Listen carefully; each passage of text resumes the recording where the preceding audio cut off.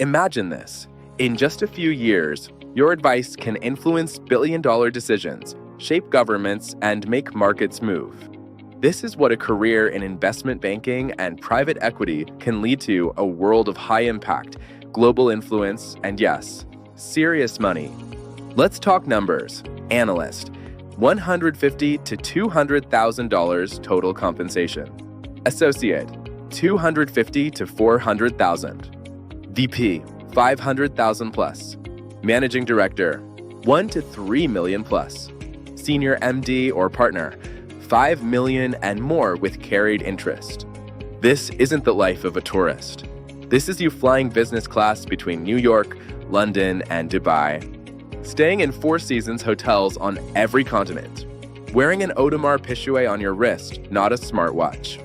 And sitting in rooms where C-suite executives and even governments listen to what you have to say. This is the world of top-tier finance. And yes, it's closer than you think. Getting into this world isn't easy. Recruiting has become more competitive than ever. Deadlines are earlier. Technical expectations are higher. And networking plays a bigger role than before. But if you follow a structured plan, your chances skyrocket. Most people fail not because they can't do it, but because they don't know how to approach it systematically. Here's the roadmap you need to follow to break into investment banking. Step 1. Define your target market. Choose your geography and firm type, US, Europe, or Middle East. Decide whether you're aiming for bulge bracket, elite boutique, or regional banks. Step 2. Build a strong resume and profile. Create a one-page IB resume with quantifiable bullet points. Optimize your LinkedIn and lay the groundwork for networking. Step 3. Master the technicals.